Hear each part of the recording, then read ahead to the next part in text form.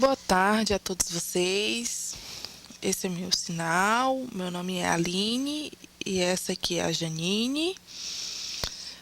Também participa dessa pesquisa como autora a Aline Souza, mas infelizmente, devido ao seu afastamento por causa do seu filho, que nasceu há pouco, ela não vai estar aqui presente.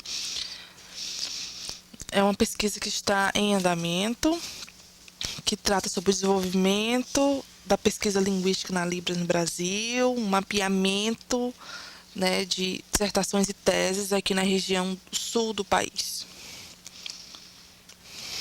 Pode passar o slide. Nessa pesquisa, né, primeiro eu quero destacar por que nós iniciamos, né, trazer um contexto. Após a legislação, né, a Lei de Libras e em seguida do Decreto Federal 5626, foi fomentado, de um modo geral, a criação dos cursos de letras libras e a entrada de surdos no contexto universitário, né, nesse ambiente acadêmico, a inserção de pessoas surdas. Desse modo, as pesquisas em relação a Libras também foram aumentadas, foram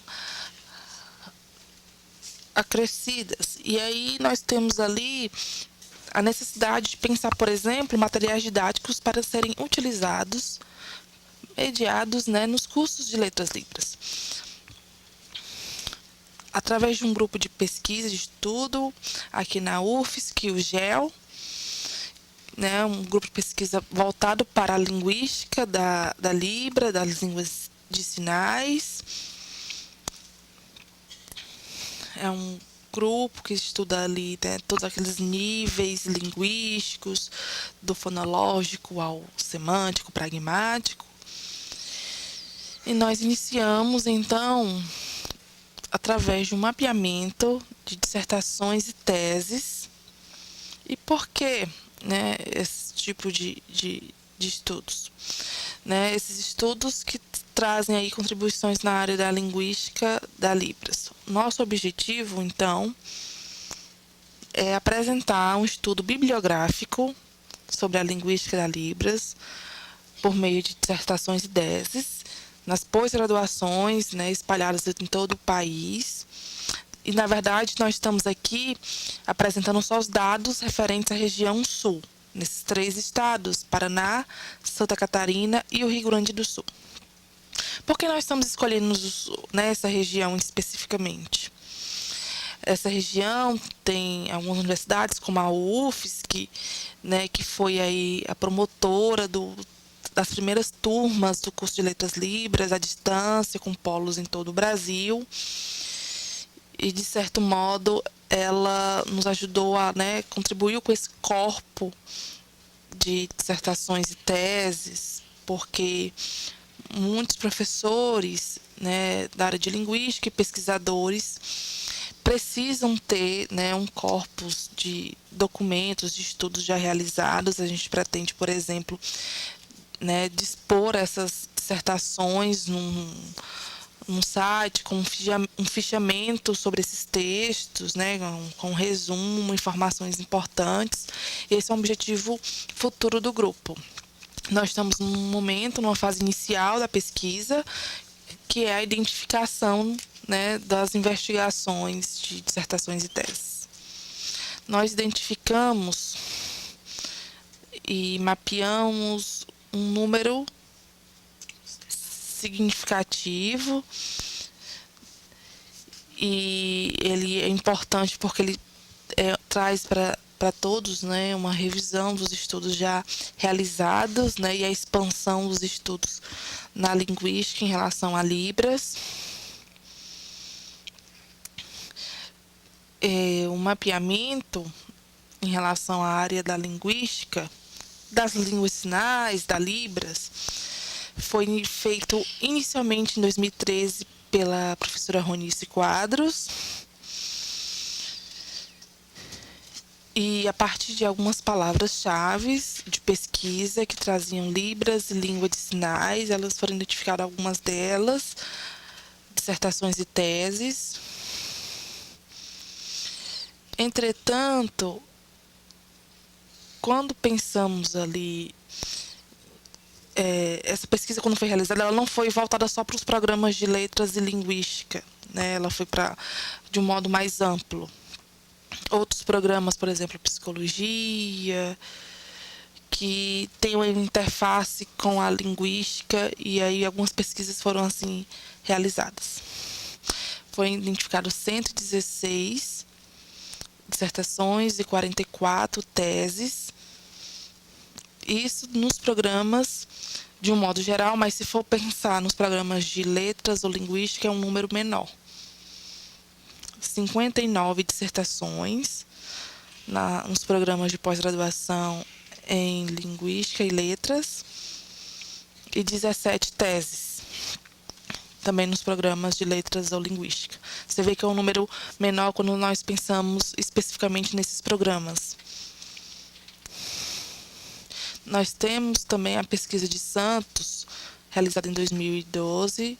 A professora Silvana, ela buscou mapear, né, as pesquisas realizadas na área de tradução e interpretação da língua de sinais entre 1990 aos anos 2010. Foi identificada uma quantidade também de pesquisas relevante e uma percepção que a partir de um determinado ano, né, nesse caso 2006, em que houve uma maior expansão de estudos identificados. A nossa metodologia para a realização desse levantamento bibliográfico foi estabelecer um período de 2004 a 2015. A escolha dessa data tem alguns motivos, porque 2004 foi a publicação inicial, seminal, do livro da professora Ronice e da Carnop. Nós consideramos que ele influenciou muitas pesquisas posteriormente e nós percebemos, de fato, um aumento dessas pesquisas a partir dessa publicação.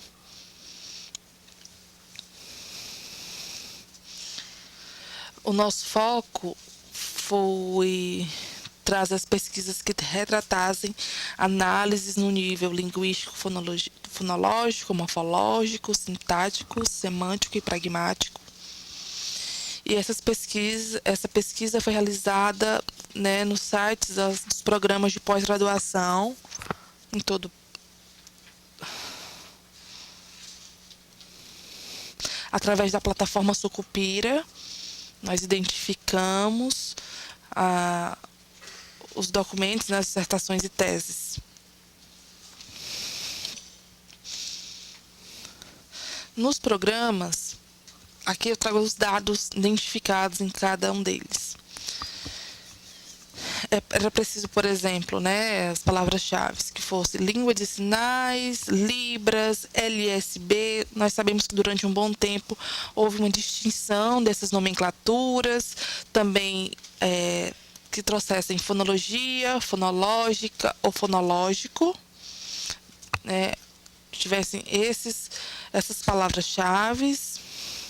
Na B, língua de sinais, Libras, LSB, morfologia, morfológica ou morfológico. Na C, língua de sinais, Libras, LSB, sintaxe, sintática ou sintático. D, língua de sinais, Libras, LSB, semântica ou semântico. E na E, língua de sinais, Libras, LSB e gramática. Nós encontramos aí, conseguimos identificar a partir dessas palavras-chave e em seguida, né, encontramos os resumos e aí vemos se de fato ou não ela trabalhava com o que nós nos propusemos para esse levantamento. O desenvolvimento dessa pesquisa, ela seguiu alguns procedimentos. A partir nesse caso, da região sul, a identificação de programas de pós-graduação nessa área de letras e linguística, nas universidades dessas regiões, e a partir nos sites dessas universidades, os sites das bibliotecas, em que disponibilizem ali as publicações, elas dentro daquele período de 2004 a 2015, e a partir daquelas palavras-chave. E se o resumo confirmava que traziam ali a relação direta com o que nós queríamos, né? Nós fazíamos um fichamento de cada pesquisa, de fácil acesso, né? As pessoas podem dispor de todas as pesquisas que nós identificamos através desses sites. Nós temos, né, começamos a fazer esses 2 primeiros pontos e os outros passos se pretendem ser realizados num futuro breve. Essa reflexão, ela iniciou, né, principalmente dentro do nosso curso aqui no Letras Libras, nas escolhas dos textos base, né, para as discussões, estudos em sala de aula, né, a partir assim, como nós vamos identificar ou selecionar textos que estão sendo publicados nessa área? Será que era necessário um professor fazer isso? Cada professor fizesse isso, né? E não, por que não compartilhar com os outros colegas as pesquisas que já foram identificadas, né, a partir desse levantamento? A gente faz uma pequena análise, não análise crítica, mas uma análise que nos ajuda a agrupar os temas. E aí, por exemplo, sobre sintaxe, nós identificamos tantas pesquisas e agrupamos essas pesquisas. Aqui na região sul, nós identificamos 34 programas, são muitos programas, né, na área de letras ou linguística. Né, junto com os alunos que participam do grupo, que entravam, né, nesses sites. São 34 programas. Imagina se cada professor fizer isso. É um trabalho, é um grande trabalho para eles. E nesses 34 foram só identificados 17 trabalhos. Então, um número grande de programas, mas um número pequeno de publicações. Então, isso nos dá uma economia, né, de tempo, né, para que esse trabalho não seja repetido por outras pessoas, outros pesquisadores. Nesse gráfico, nós vemos aqui que a maioria dos trabalhos estão em programas de letras, de pós-graduação. Eles estão identificados pela cor azul e de linguística pela cor vermelha e divididos por estado: Paraná, Santa Catarina e Rio Grande do Sul. Em Santa Catarina nós temos 5 trabalhos em letras e um trabalho na linguística. Rio Grande do Sul também tem um número maior de letras. Infelizmente, Santa Catarina é o programa com menor número de trabalhos. Nós vemos agora também no próximo slide a quantidade de trabalhos por estado. A maioria dentre essas pesquisas identificadas são aqui do estado de Santa Catarina. E todas realizadas na UFSC, não a maioria, na verdade todas foram referentes ao estado de Santa Catarina, foram realizadas na UFSC. E como a Aline colocou antes, né, esse momento de prospecção, de levantamentos a partir das palavras-chave, né, e do período, de daquele passo a passo de procedimentos, nós de fato só conseguimos encontrar nos programas aqui da Universidade de Santa Catarina. Dentre eles, né, nós temos aí no Paraná e no Rio Grande do Sul 6 trabalhos em cada um desses estados. Na UFSC, a maioria dos trabalhos foram realizados nos programas de pós-graduação em linguística, 31 dos trabalhos, e alguns 10 foram realizados no programa de pós-graduação em estudos da tradução e um no programa de pós-graduação em literatura. Nós vemos aí e podemos, né, identificar com esses números, esses dados, como tem se encaminhado, desenvolvido as pesquisas nessa área. Vou passar agora para minha colega Aline para falar um pouco sobre isso. Eu me lembro quando a gente chegou aqui na universidade, a gente estava realmente desbravando, desmatando essa área para conseguir identificar, né? E nós vemos que também é preciso refletir que os ciclos, né, de duração de um mestrado, de um doutorado, eles são maiores e com isso nós temos publicações que demoram um pouco a serem realizadas, né, de estarem ali. E aí o tempo, o intervalo, ele tem demonstrado que essas publicações têm aparecido em maior número ao longo do tempo. No Paraná, por exemplo, também no Rio Grande do Sul, foram poucas as publicações que nós identificamos. No Paraná, tinham 12 programas nessa área que eu já citei. E só identificamos 2 trabalhos que tinham a ver diretamente com o que pesquisamos.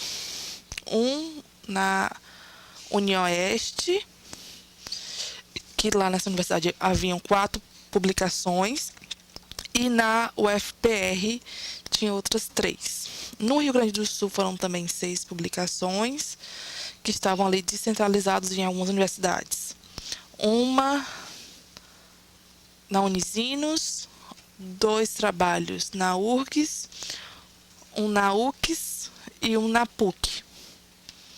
E aí estão totalizando a quantidade de 6 publicações.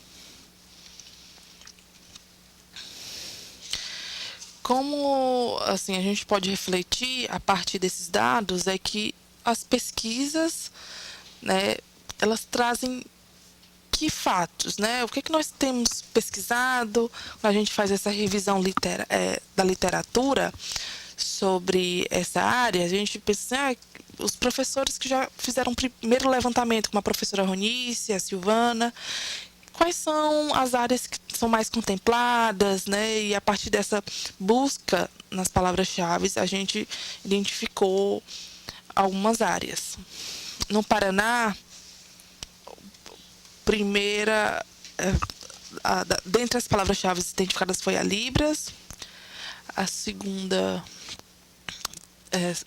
a área psicanálise, e aí você vê um número menor ali de programas. Pode passar. No Rio Grande do Sul também, Libras é a primeira identificado, surdos a segunda palavra, a terceira aquisição da linguagem, conceito abstrato a terceira, língua brasileira de sinais e por aí vai. Acesso lexical também foi um termo, uma palavra-chave, tradução, interpretação, língua inglesa. E aí nós encontramos um número maior de palavras-chave de identificação desses trabalhos. Em Santa Catarina, há uma, né, divergência maior ainda de termos, de entradas. Somente 10 falavam sobre Libras, ou língua de sinais, ou LSB, mas 112 traziam trabalhos totalmente distintos, e um deles até um absurdo, assim, uma ocorrência muito estranha, que era muito específico, que a gente não conseguia, por exemplo, identificar naquela busca geral. E aí nós vemos que trazia o termo de Orkut como palavra-chave.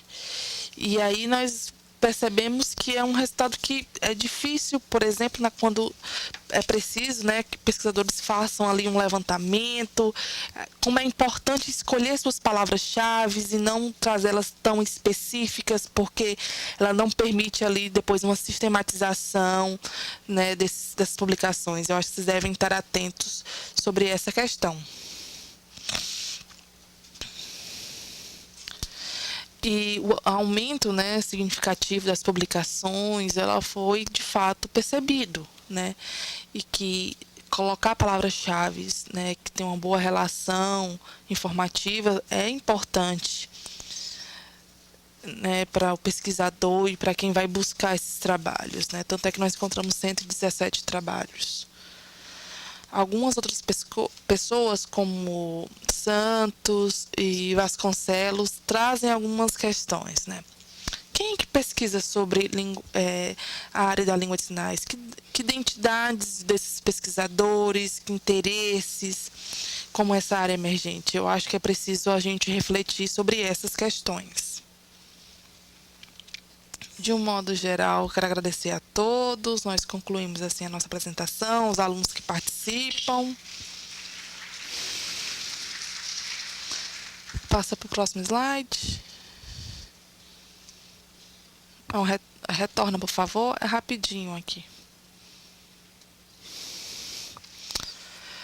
Algumas pessoas que têm interesse, né, nessa área da linguística e querem ali nossos encontros, nós temos um próximo dia 3 de outubro, das 4h30 às 17 horas. A gente quer que os interessados apareçam para estabelecer aí futuras parcerias institucionais.